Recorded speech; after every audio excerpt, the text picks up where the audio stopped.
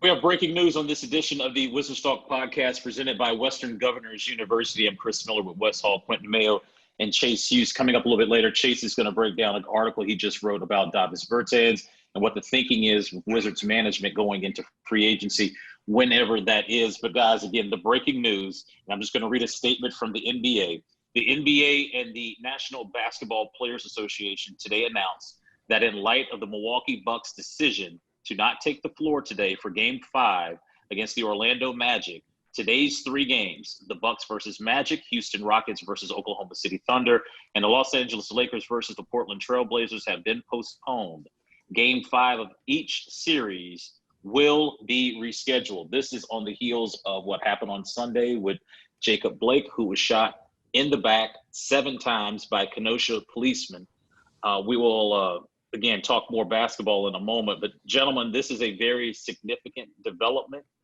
This is a league that decided to go down to Orlando to participate in rescheduling, reseeding games, playoffs, all with the backdrop of the social unrest that has happened with this country, starting with the George Floyd killings. The players in the league negotiated Black Lives Matter being put on the floor, also opportunities to put messages on the back of their jerseys, as well as wearing Black Lives Matter shirts and other things like that. And there is still yet another shooting involving Mr. Blake, who is still alive. Lord willing for that, right? But clearly, the players have made a statement, starting with the Milwaukee Bucks, that enough has not been done. The fact that they have said what they have said in pre- and post-game comments, and the fact, again, of talking about putting Black Lives Matter on the court and messages on the back clearly has not resonated. So they have decided to essentially, Wes, take their ball and go home for the time being. This is the inevitable progression of what we knew was going to happen, unfortunately, that we knew when we had the hashtag of George Floyd. Unfortunately, in my gut, I always was kind of like, this won't be the last one. And what will happen when that next one arises? And now, even though thankfully, like you said, that the Jacob Blake has not passed, the shooting is emblematic of the exact reason why Black Lives Matter is not only a statement, but it's fact and was absolutely necessary. When I think about the stoppage of play and what it means to the league and to the fans, basically what this comes down to is it's bigger than basketball. It's bigger than sports. We're not speaking to in an echo chamber or preaching to the choir. This is an all hands on deck. Everyone needs to come and be held accountable for where they stand on this and many other issues, but particularly this one, and what action they will be taking. Because it's not enough to speak from within the Black community to the Black community. We're only 14% of the population.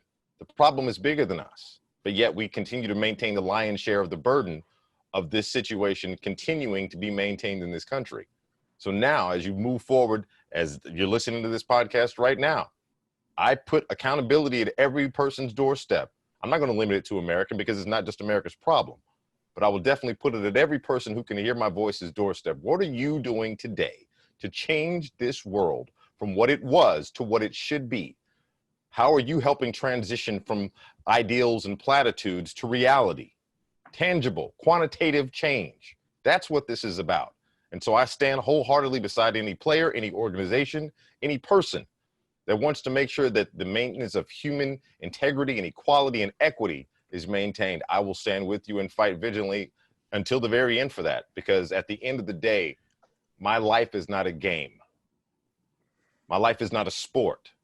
I, as a Black man, am not something to be used as entertainment. I'm not meant to be used as a distraction, because my humanity does not get to be a distraction. I don't get to take a break from being a Black man to talk about sports. You know what I'm saying? Like, I don't ever get to take a break from that. I have to take a break from talking about sports to be a Black man, because that is the consistency of who I am, and I'm proud to be that. But I'm at my wit's end almost. And as a matter of fact, no, I'm not. Let me take that back. I'm not at my wit's end, because if I was at my wit's end, that would mean that I'm running out and I have way more fuel in my tank. Way more fuel in my tank. But I will not sit by idly. I will not sit by quietly and allow this injustice to keep going on. I tweeted earlier, courage over convenience. We need some people inconvenient. We need people to understand that this is beyond making others comfortable. Imagine being uncomfortable, waking up each morning, not knowing how your day is going to go, not based upon, am I hungry? Do I have a roof over my head? Am I employed? None of those factors. Something that you cannot control, which is the color of your skin. And that being a determining factor in the outcome of my day is insane, but it's a reality. This was a tough one for all of us. Like I've said 10,000 times, I support whatever direction these players, these organizations decide to go. It was already a risk going down there. The chatter, all the discussions of teams even participating in this restart, it was a lot. Kyrie Irving didn't go down there for this reason. This was his point. How quickly we forget. We are now taking our time to sit down and watch basketball players play basketball, instead of using that time when there was no sports to keep a bigger eye open to what's going on in society. Black people are not entertainment, but it seems like they get shot like it's a sport. So huge shout out to what the players did and what they are going to do. Who cares if the NBA finishes the season? I don't care if someone's crowned a champion. It's bigger than that. Jacob Blake could have lost his life, but God had a bigger plan for him. That's why he's still walking this earth today. Or excuse me, he's paralyzed from the waist down, but he's on this earth today for his children. When he was shot, Milwaukee Bucks guard George Hill said, "We can't do anything from Orlando." First of all, we shouldn't have even came to this damn place, to be honest.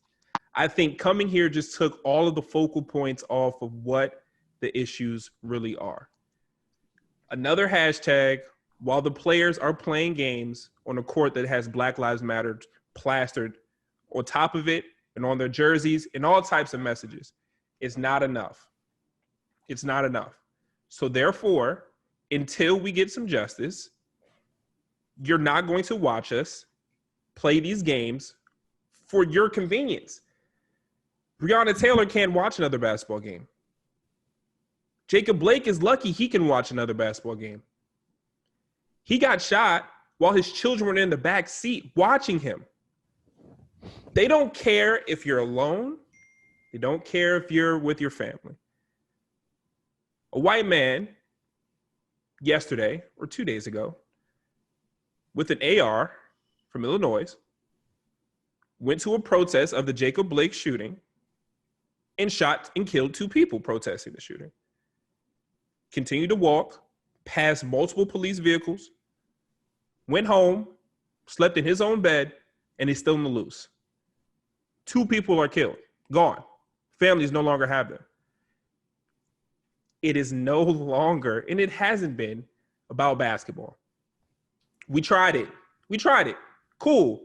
We tried it. We thought we could do 2 things at once. We thought 2 things could coexist. It can't coexist. You guys are focusing on the wrong things. So shout out to the players, NBA PA, all the people that are involved in this is saying, you can't focus on us playing basketball and competing for sport while also focusing on the fact that Black Lives Matter, always will matter, and we are being killed at an exponential rate, and we want it to stop. You can't do both, so now boom, there's no basketball. Get it done. Breonna Taylor's killers are still out there in Walmarts, posting pictures on Instagram or at the beach while we're suffering. So I don't care if another game is played now, 2 years, 3, I don't care. Something needs to change. And we have a responsibility to continue to carry on this message. It's not about a game of basketball. That's what people understand. People are in my comment section saying, what does sitting out of a game do? You're the problem. If it's just about a game to you being played, that's the message. It's not about not playing the basketball game. It's about getting your attention on the fact that we are being killed every single day for being black. Not for hurting others, not for doing anything illegal, for something that we did not control. We came out the womb, we were African Americans. Because of that, we are being killed more than other people. So until you can realize that is not cool, it's not acceptable, the world will stop. We control the culture. Do you hear us now? And if not, we will continue to do things like this until you understand that they should be penalized, punished, thrown under the jail, and whatever needs to come alongside with that. Because if the roles were reversed, it'd be different. I don't blame the players one bit. I would do the exact same thing if I were them. I don't think it's right to play basketball right now. I would consider leaving the bubble. I would imagine a lot of them are doing that because going into this, we all talked about how people don't want this to be a distraction in the wrong way. And now it feels like that, right? I mean, you raise all this awareness and then another incident like this happens that harkens back to George Floyd and unfortunately harkens back to so many other instances. It's frustrating. It's disheartening. I hope people listen. I'm glad that the players are taking another step forward, another extreme step, trying to see if this will work. I saw reports that Milwaukee Bucks players are trying to reach out to the district attorney in Kenosha, Wisconsin. These players are doing what they can to try to enact change. And unfortunately, so far, people haven't listened. I mean, you just look at the example that was made with the whole George Floyd incident in Minneapolis and how a police officer can still commit an act like this. Clearly, not enough of the conversation got to that police officer. I mean, it's systemic, basically, at the end of the day. And I really appreciate these athletes using their profile to try to make change.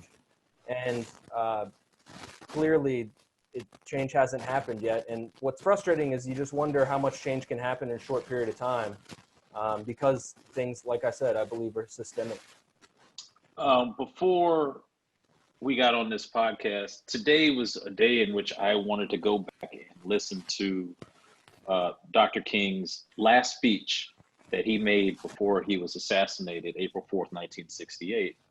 And it was interesting. Some of the stuff that he was saying in there still applies today.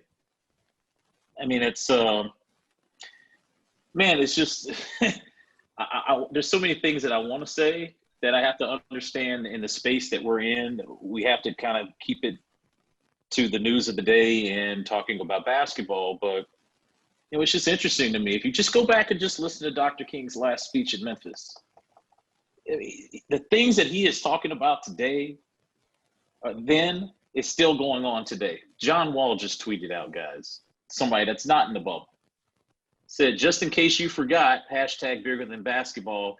He put a portion of the statement that Bradley Beal put out there. Remember, guys, a long time ago about we will no longer shut up and dribble. Again, this is another instance in which the league and the players, especially the players, are at the forefront of leadership. You know, for the Bucks to say we are no longer going to go out and play. Okay? We're not going to play tonight. And I don't know if we're going to play tomorrow, or I don't know if we're going to play at all, as Chase mentioned. Sterling Brown is a player on the Milwaukee Bucks that knows all too well about what it's like being accosted by a police officer, more than one. And he's on that team, and I'm sure he probably had a lot to say about not going out there and playing. Where do we go from here, guys? This is kind of the question. The momentum that the players have right now, I think, is very powerful because they're literally saying, we're not playing. But how long can they keep that momentum going? I mean, because if they play tomorrow, then what happened to this momentum? Can they they're having a meeting tonight, we're hearing through reports at 8 p.m. about how to move forward, Wes. I mean, can they go back out there and play another game if nothing is getting done in Wisconsin, in Louisville, Kentucky, and all the other places in which people are being murdered by police? From here, the first thing that needs to happen, and I think this is a wonderful thing that players like Chris Paul are involved in this discussion, along with LeBron James and many others, you have to have a strategy. And you have to have a set of deliverables that you want in exchange for something. You know, it's all about leverage. I think that is a word that that we're all comfortable with, and we're all quite familiar with what it really means. In order to get the players back onto the court, at this point, it's up to the players to let the league know what they require. Because unlike many of the other major sports that we cover and watch and enjoy, the basketball league, the National Basketball Association, is the most personality-driven, front-facing league on the planet. So if you don't have a LeBron James, you don't have a Carmelo Anthony, the Dwayne Wade when he was playing, the Chris Pauls, Giannis Antetokounmpos, et cetera, you don't have a league, period. So they, at this point, need to decide what they want in exchange for them to get back onto the court. Do I know? Wes, it's interesting that you said about Giannis real quick. The fact that he just got named yesterday Defensive Player of the Year. We all think he's the presumptive MVP. This guy is not just representing the NBA. He has now become a global brand. And the fact that he has kind of spearheaded this, because Milwaukee was the first team to say, no, thank you. This is really interesting. It's not just a problem here in this country. You've got one of the faces of the league who's not from here that is standing out there saying we've had enough. And that's my point, is that even Giannis understands the scope and scale of the issue, to where he can be an outsider, but yet is directly plugged into the community, because he knows, as a man of color, no matter where he is on this third rock from the sun, his experience is different than anyone else. And so when you think about where do we go from here, the players start at what do we want? Then from that point, it moves to what can the league and those in government, what can they deliver? So if we have to get into specifics of it, you're looking at the officers involved in the Blake shooting at least being arrested and run through the due process of the judicial system. That's one step. Now, if it broadens into the Breonna Taylor conversation, ideal, so be it. If it broadens beyond that in any other, and let's not forget, this is something that a lot of times that we are remiss on, because, and I can say this for myself, I focus so much on maintaining and remembering the names of those that are involved that I forget to speak up for those names that I will never know. Because for every Blake, there's probably 10 more that I've never heard about. For every George Floyd, there's another 10 that I never knew about. So this is a problem that is so pervasive, it's not just limited to the individual victims or their respective families. This is a communal one. And America, most specifically, has to make a choice. We have to make a choice. Either we are going to treat everyone as equals, and we can have all the fun. We can play the games, go to the games, enjoy the songs, enjoy the concerts, or we can keep doing what we've been doing, and then we're going to stay in the house and we're not going to be able to play with any of the toys. And a choice has to be made. Now, here we are in 2020, where we have the greatest access to information and information sharing and technology that this planet has ever had. And yet we have the most primal, unnecessary bifurcation I've ever seen in my life. And it's done by choice. This is not something that has been placed upon people. These are conscious choices. So if we're looking at where do we go from here, we've got to get those who have the ability to influence to make different choices. So instead of ignoring the phone calls when they come into your DA office, you pick up the phone. And instead of trying to downplay and stamp down what the grievances that are expressed by these players are, you make sure you hear them out, and you do the due diligence to bring justice to every single person that is a victim. Because if people think that it's just limited to the African-American community, I call up my Latino brothers, I call up my Asian community brothers, and I call up my Caucasian brothers as well.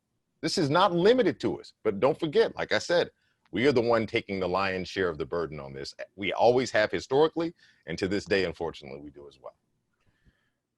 Forget the season. Shut it down. Don't care.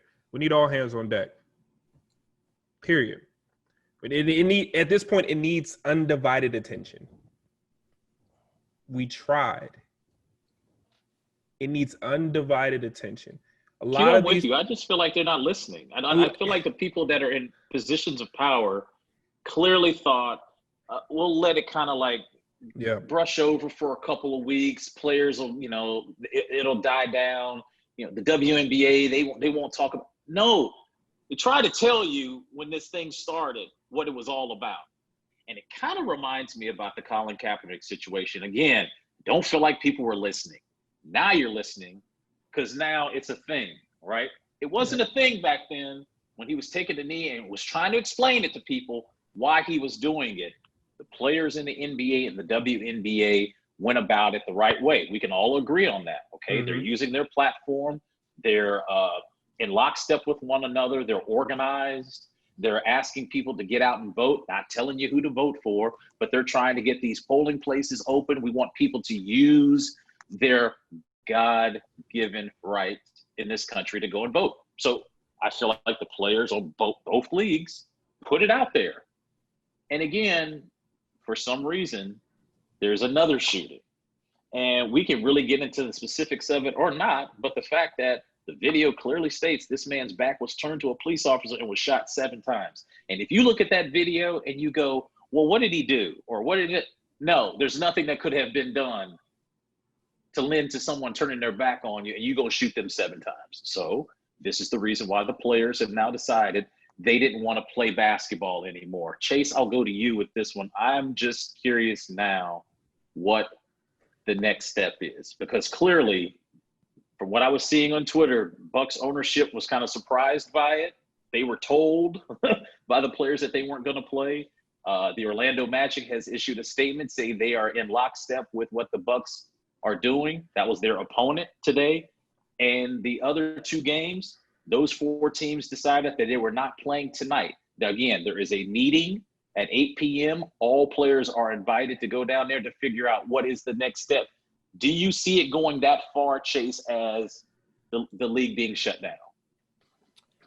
Well, we'll see what the league does. I think that's got to be on the table. But unfortunately, nothing can really change dramatically overnight. I think, you go back to the question you asked, momentum, where does it go from here? I think it's got to go to November and beyond. And I think players like LeBron James, who have focused on the ballot box and voting, I think that's a much bigger deal than even a lot of people are giving credit to.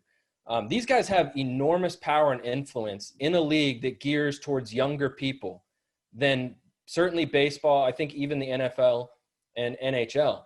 If they can get people to vote, and I think there's more good people in this world than bad people and more people who agree with us than don't, then over time change can happen. And I understand the pessimism. I mean, I see it on Twitter, especially as you look in Georgia and you look at how in Kentucky and states that have basically put up these obstacles for people to vote. Well, who puts up the obstacles for people to vote? Elected officials. They got elected into those roles. Who decides whether to charge the cops? Elected officials. I respect President Barack Obama a lot. And toward the end of his administration, they did a sweeping investigation and study on local police departments and what they can do to change. And they presented it to Congress and nothing really happened. But he says, you've got to vote on a local level. As much as we focus on presidential elections and we feel like that changes a lot in our lives, and it does, and those are important, the ones that affect you the most directly are local elections. And I see pessimism when Barack Obama says something like that. I see people on Twitter being like, well, we try to vote. Well, look, he knows more than you, all right? This man is extremely smart, and he's studied the whole system from top to bottom, and this is what he says to do. I think that's what you should do.